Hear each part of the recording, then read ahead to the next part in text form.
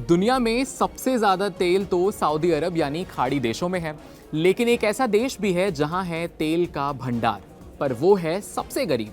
कौन सा देश है वो? दुनिया के नक्शे पर अगर आज सबसे ज्यादा तेल वाले इलाकों की बात करें तो सबसे पहले दिमाग में आता है मिडिल ईस्ट, जिनमें शामिल है सऊदी अरब, इराक, ईरान, कुवैत और यूएई। लेकिन तेल सिर्फ मिडिल ईस्ट तक सीमित नहीं है। इससे दुनिया के नक्शे पर मिडिल ईस्ट से लगभग 8000 किलोमीटर दूर अमेरिका के पास ही एक ऐसा इलाका मौजूद है जहां तेल की मात्रा इतनी ज्यादा है कि उससे पूरा लैटिन अमेरिका ही नहीं बल्कि एशिया तक की ऊर्जा जरूरतें पूरी की जा सकती हैं। ये जगह है वेनेजुएला। साउथ अमेरिका का ये देश दुनिया का सबसे बड़ा क्रूड ऑयल का भंडार है। आंकड़ों के मुताबिक बात करें तो वेनेजुएला के पास करीब 300 अरब बैरल से अधिक प्रमाणित तेल भंडार है। दुनिया का सबसे बड़ा ऑयल रिजर्व जिस देश के पास है, अगर वही देश हंगर, इन्फ्लेशन और माइग्रेशन का प्रतीक बन जाए तो सवाल उठना तो लाजमी बनता है। हम बात कर रहे हैं वेनेजुएला की, उस देश की जिसके पास कच्चे तेल का सबसे ज्यादा खजाना है, अरब देशों से भी ज्यादा। लेकिन हैरानी की बात यह है कि इस तेल से ना तो वहां की इकोनॉमी मजबूत हुई है, ना जनता समृद्ध बनी है। वजह सिर्फ खराब नीतियां नहीं है बल्कि अंतर्राष्ट्रीय राजनीति और खासतौर पर अमेरिका की रणनीति भी है। अमेरिका दुनिया का सबसे बड़ा ऑयल कंज्यूमिंग देश है और दशकों तक वेनेजुएला से उसके लिए अहम सप्लायर बना हुआ था। लेकिन वेनेजुएला ने अपने ऑयल रिसोर्सेज पर पूरा नियंत्रण शुरू किया और अमेरिकी कंपनियों की शेयरिंग घटा दी। तभी से अमेरिका ने तेल खरीदने की बजाय उसे रोकने की रणनीति अपनाई है। सैंक्शंस लगाए गए, फाइनेंशियल ब्लॉकेट किए गए, ग्लोबल प्रेशर बनाया गया। इन सबके जरिए अमेरिका ने वेनेजुएला को उसके ही तेल को अंतर्राष्ट्रीय बाजार में बेचने से लगभग अलग थलग कर दिया। नतीजा ये हुआ कि तेल से चलने वाली जो वेनेजुएला की इकोनॉमी है वो अचानक ठहर गई। सरकार के पास इनकम का कोई एडिशनल सोर्स नहीं था, फॉरेन करेंसी खत्म हो गई थी, इंपोर्ट रुक गए थे, मेडिसिन और खाने की भारी कमी हो गई थी और महंगाई अपने चरम पर। अमेरिका की ये रणनीति सैन्य नहीं थी, लेकिन असर किसी युद्ध से कम नहीं लग रहा था। तेल जमीन में मौजूद रहा, लेकिन देश की इकोनॉमी दम तोड़ती चली गई। आज वेनेजुएला इस बात का सबसे बड़ा एग्जाम्पल है कि रिसोर्सेज की भरमार भी तब बेकार हो जाती है जब किसी देश को अपने ही रिसोर्सेज बेचने की आजादी ना मिले। सवाल अब सिर्फ तेल का नहीं है, सवाल यह है कि क्या इकोनॉमिक रेस्ट्रिक्शंस किसी देश को सुधारते हैं या उसे पूरी तरीके से तोड़ देते हैं। और क्या अमेरिका की ये तेल को ना खरीदने की जो रणनीति है वो सिर्फ नीति है या एक सोची समझी आर्थिक हथियारबंदी। नमस्कार, आपके साथ मैं हूं वात्सल्य सारथी का सौदन। आप देख रहे हैं इंटरनेशनल एडिशन कड़क का, जहां पर हम बात कर रहे हैं आज वेनेजुएला के ऑयल और अमेरिका के टसल के बीच की। आखिर अमेरिका लगातार वेनेजुएला के जहाजों पर हमले क्यों कर रहा है? क्या अब वहां पर कोई जंग शुरू होने वाली है? अमेरिका और वेनेजुएला की कौन सी लड़ाई चल रही है? यहाँ की ज्यादातर पब्लिक तो यही नहीं जानती कि वेनेजुएला है कहाँ और अमेरिका और वेनेजुएला के बीच तनाव क्यों हो रहा है। तो वेनेजुएला एक देश है दक्षिण अमेरिका में। दक्षिण अमेरिका यानी ब्राजील, अर्जेंटीना, चिली जैसे देशों वाला कॉन्टिनेंट।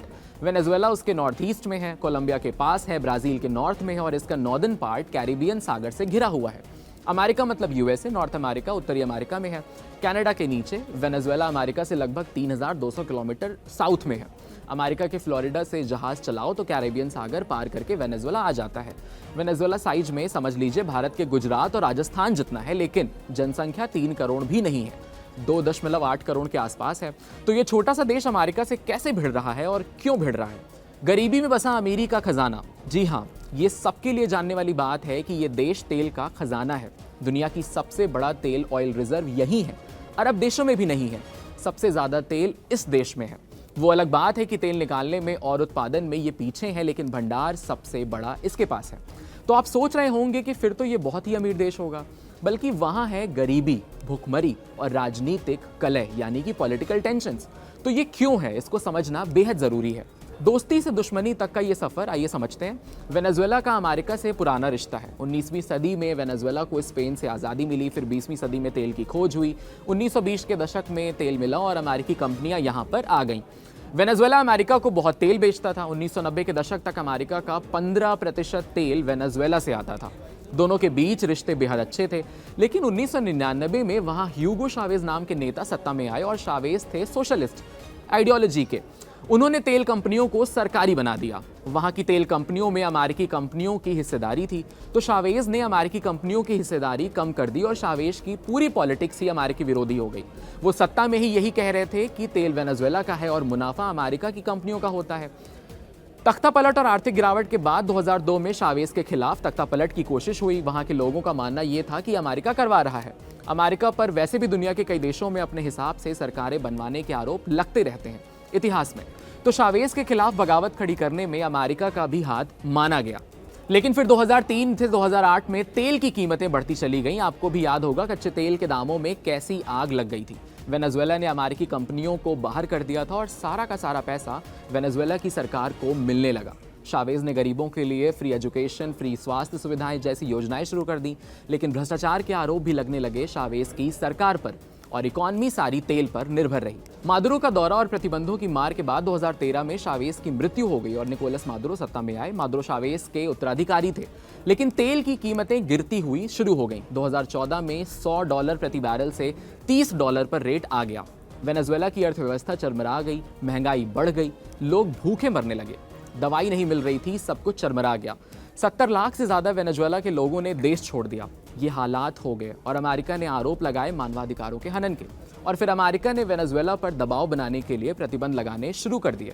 2014 से 15 में, जैसे अमेरिका हर देशों के साथ करता है, प्रतिबंध लगा देता है कि कोई इस देश को व्यापार ना करे। 2017 में ट्रंप ने और सख्ती कर दी, वहां से तेल लेना बंद कर दिया और दूसरे देशों पर भी दबाव डाला कि वहां से तेल मत लो। और 2019 में अमेरिका ने ऐलान कर दिया कि वहां के विपक्षी नेता जो मदुरो के विरोधी हैं, हुआन गुआइडो, उनको वो अंतरिम राष्ट्रपति मान लिया जाएगा और वो मादुरो को वहां का राष्ट्रपति ही नहीं मानते।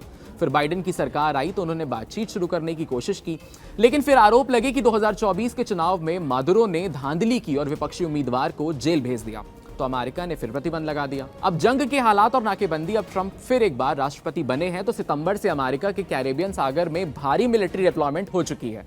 वॉरशिप, मरीन्स, हेलीकॉप्टर सब उतार रखे हैं। 21 नावों पर अमेरिका हमले कर चुका है। अमेरिका का आरोप है कि वहां से ड्रग्स की तस्करी हो रही है और ड्रग्स तस्करी के नाम पर वो वेनेजुएला की नावों और जहाजों पर हमले कर रहा है। 29 नवंबर को ट्रंप ने वेनेजुएला का एयर स्पेस ही बंद करने का ऐलान कर दिया ताकि वहां कोई विमान ही ना उड़े। तो अब वेनेजुएला ने इसे युद्ध का ऐलान मान लिया है अपने खिलाफ। अमेरिकी सेना ने वेनेजुएला तट पर एक तेल टैंकर को ही जब्त कर लिया, ये कहते हुए कि प्रतिबंध तोड़कर तेल ले जा रहा है, और नए प्रतिबंध लगा दिए गए।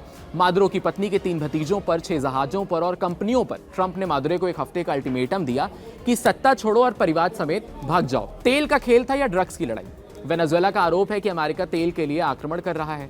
अमेरिकी सांसद भी चिंतित हैं और कुछ तो कह रहे हैं कि ट्रंप अमेरिका को युद्ध में धकेल रहे हैं। ब्राजील के एडवाइजर ने चेतावनी दी है कि यह अमेरिका के लिए वियतनाम जैसा हो सकता है, जहां पर सालों तक लड़ने के बाद अमेरिका को पीछे हटना पड़ा। लेकिन ट्रंप पड़े हुए हैं कि वेनेजुएला एक नार्को टेररिस्ट देश है, मतलब वो ड्रग्स कारोबार का अड्डा है, आतंकवाद फैलाता है। अमेरिका आरोप लगाता है कि कोकेन की खेप कोलंबिया से आती है और वेनेजुएला के रास्ते यूरोप जाती है और अमेरिका को भी इससे खतरा है। मादुरो और उनकी सेना पर ड्रग्स माफिया से जुड़े होने के आरोप लगाकर अमेरिका वहां के सागर में अपनी सेना की तैनाती कर चुका है। दूसरा आरोप अमेरिका लगाता है मादुरो पर, डेमोक्रेसी पर, ह्यूमन राइट्स की हत्या करने पर। मादुरो ने इलेक्शन में धांधली की है और ऑपोजिशन को दबाया है, जिससे 70 लाख लोग माइग्रेंट्स बनके मजबूर हो गए हैं। तीसरा आरोप ट्रंप का यह है कि वेनेजुएला से लोग अमेरिका में भाग कर आ रहे हैं। चौथा, वो कहते हैं कि एक अनस्टेबल वेनेजुएला से पूरे के पूरे लैटिन अमेरिका को अस्थिरता का खतरा है। कच्चा तेल यानी क्रूड ऑयल दुनिया के तमाम देशों के लिए बेहद आवश्यक है। ये ईंधन का प्रमुख सोर्स है। क्रूड ऑयल का प्रयोग पेट्रोलियम, जेट फ्यूल आदि जैसे चीज़ों को बनाने में होता है। पर क्या आपने कभी सोचा है कि आखिर दुनिया में सबसे ज़्यादा कच्चा तेल कहाँ है और जिस देश के पास है वहाँ इतनी कंगाली क्यों है? और यही आज का सबसे बड़ा सवाल है। आपको बता दें कि वो कोई अरब देश नहीं बल्कि साउथ अमेरिका में मौजूद एक देश है, पर तेल का सबसे बड़ा भंडार होने के बावजूद भी ये देश भिखारी हो चुका है। कारण है उसके यहाँ का आर्थिक और राजनीतिक संकट। सबसे ज्यादा तेल का भंडार, एक रिपोर्ट के अनुसार वेनेजुएला के पास दुनिया में सबसे ज्यादा क्रूड ऑयल का भंडार है। बहुत सारी वर्ल्ड वेबसाइट्स ने ही वेनेजुएला का नाम सबसे बड़े भंडार के तौर पर बताया है। हालांकि तेल का सबसे बड़ा एक्सपोर्टर सऊदी अरब है। पर हैरानी इस बात की है कि अब वेनेजुएला में सबसे ज्यादा कच्चा तेल है तो फिर ये देश कंगाली की स्थिति पर कैसे आ गया? इस वजह से क्योंकि इसके पीछे सबसे बड़ा कारण है इकोनॉमिक एंड पॉलिटिकल क्राइसिस। एक रिपोर्ट के मुताबिक जब ग्लोबल लेवल पर तेल की कीमतों में तेजी से गिरावट आई तो वेनेजुएला में लगातार 7 सालों तक मंदी का दौर देखने को मिला। ऐसे जरूरत के सामान की कमी होने लगी। इस मंदी से लोग त्रस्त हो गए और सरकार के खिलाफ होते चले गए। रिपोर्ट के मुताबिक 2015 के बाद से करीब 70 लाख लोग इस देश को छोड़कर जा चुके हैं। साल 2021 में देश की अर्थव्यवस्था में कुछ सुधार तो हुआ, मगर देश में तब तक गरीबी का स्तर काफी बढ़ चुका था। अमेरिका ने जब से वेनेजुएला से तेल खरीदना बंद किया और उस पर प्रतिबंध लगा दिया, तब से तेल बेचना भी मुश्किल हो गया। इस कारण वो अपने देश के तेल का फायदा नहीं उठा पाए। इसी वजह से वो दूसरे देशों से मदद मांगने लगे और कंगाली की कगार पर भिखारी बन गए। ऐसे ही तमाम अमेजिंग अपडेट्स के लिए फॉलो करिए कड़क के यूट्यूब चैनल को, फॉलो करिए हमारे इंस्टाग्राम पेज को और देखते रहिए कड़क।